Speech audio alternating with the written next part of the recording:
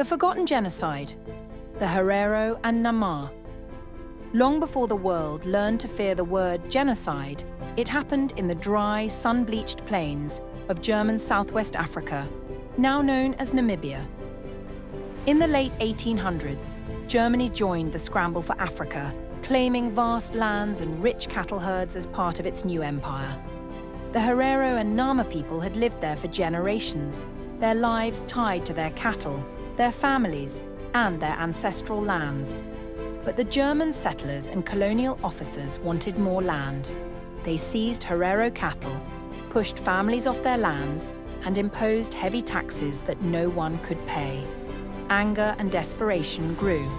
In January 1904, the Herero, under Chief Samuel Herero, rose up to fight for their lives and dignity.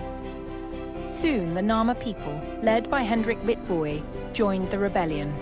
Germany responded with brutality. They sent General Lothar von Trotha, who believed in total extermination rather than negotiation. In August 1904, after defeating the Herero at the Battle of Waterberg, von Trotha issued an extermination order. Any Herero found within German territory, armed or unarmed, would be shot. No women or children were to be spared. The Herero fled into the vast, waterless Omahiki Desert, hoping to escape. German troops surrounded the desert, guarding the waterholes and shooting anyone who tried to drink. Thousands of Herero died of thirst, starvation, and exposure under the relentless sun.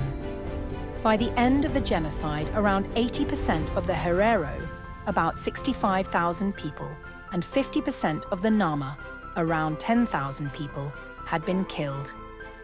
Survivors were placed in brutal concentration camps where many died from forced labor, disease, and malnutrition. Women were subjected to sexual violence and forced labor. Skull and bone shipments were sent back to Germany for racial science studies, a horrifying precursor to the Nazi ideology that would later engulf Europe. Today, the Herero and Nama genocide is recognized as the first genocide of the 20th century and the first genocide committed by Germany. It set patterns of dehumanization, racial hierarchy, and extermination that would echo tragically in the Holocaust decades later.